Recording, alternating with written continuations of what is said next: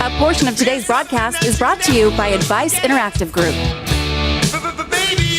Okay, online shoppers beware. There's some new legislation that could affect your future online purchases. It's called the Marketplace Fairness Act, and it could impose a sales tax on your internet buys. Jonathan Kaufman from Advice Interactive is here to tell us more. So you're saying that under normal circumstances, it's very rare that you'd be charged sales tax? Yeah, on the in internet? many different circumstances, when you go and you shop online versus going to a big box retailer, it's rare that you'll find yourself paying sales tax. You may not even notice that you're not paying it right now. If you shop on like an Amazon.com, you would pay sales tax in most circumstances. But right now, it's not a legally required obligation. So it doesn't deter shoppers from buying at Amazon because, we think, okay, so it's $8, right. Or $4 or right. whatever. Well, but also then each state varies in the percentage of sales tax that they charge. That's right. So that's got to be a nightmare for the retailer on figuring out, okay, California is at 10,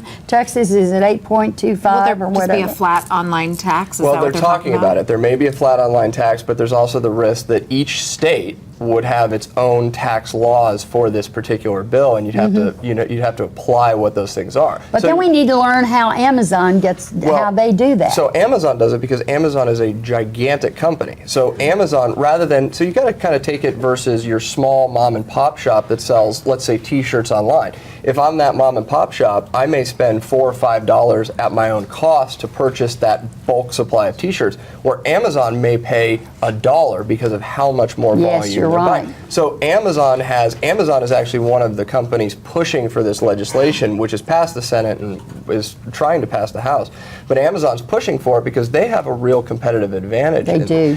But consumers don't, the cost will get passed on to consumers, and from a business perspective, it's even more scary. It's a night. There's something interesting. I shop a lot out of the Neiman Marcus catalog, and I will go in there and I will buy 3 jackets or whatever, and then she'll say, and the shipping is $35, and I said, well, I'm not paying that. Right. I said, I'm just not paying that. Right. Why would I go online and they'll say, oh, okay, hold on.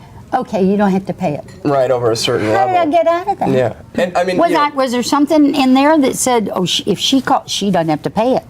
Or is that something if everybody says, I'm not going to get this? Well, on the shipping side, it totally varies. You can have sales, you can have over a certain volume where they see it worth it. But if you look at, I always kind of from an online perspective look at not the Amazons or the Neimans of the world. Yeah. I look at, Bob's T-shirt company. Yes, and you're right. Right, and the tax itself right now won't affect, if it passes, won't affect businesses that do under $1 million of revenue. I got you. But if you're under $1 million of revenue as a online merchant, if you will, then you're not taking home. Somebody may think, well, I do $1 million in sales. You're not taking home $1 million. The cost, the regulations, and if you put one more step in there, where you're going to have to apply 50 different taxable plus scenarios. Health insurance, plus all that they're tacking on to us. Okay, so what can the consumer do about this? There's several different places online that the consumer can, obviously go to write their member of Congress or write their senator and just start discussing the issue. There's a lot of different places. Just do a Google search on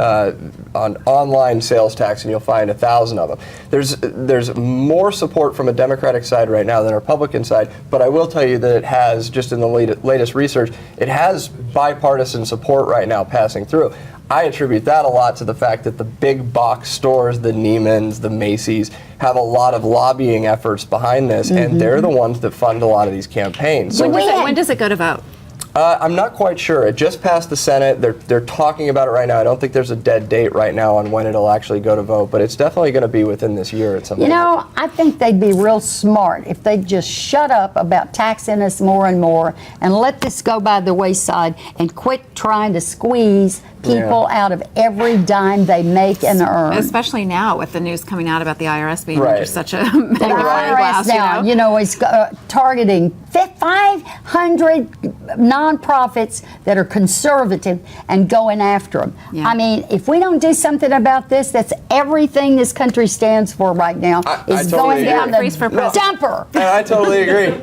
I totally agree. The IRS isn't enough hot water. They don't need to tread into this particular Let's get topic. rid of it and just have a flat tax and everybody's happy. There you go. Will you come back for more joy? Absolutely. If you want more information about social media trends, visit adviceinteractivegroup.com/TV. You can also send questions for Jonathan and the experts at Advice Interactive Group there, and you can tweet them at Advice Group #BizVisible.